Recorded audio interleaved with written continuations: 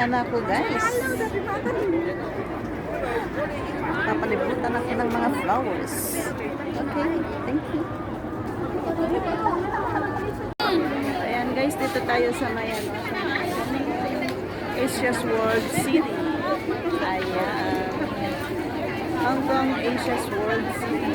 Napakadaming tao dito guys.